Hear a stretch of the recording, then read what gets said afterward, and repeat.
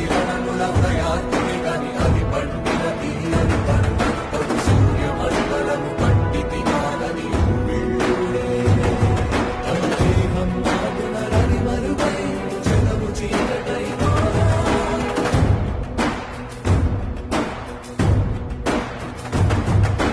అది అమరేంద్రుడు గమనించే తన ఐరావతమది రోధించి ఆంజనేయుని సమీపించి తన వజ్రాయుధము విసరగా పవన నందనుని హనుముని తాగా చిందిన రక్త బిందువే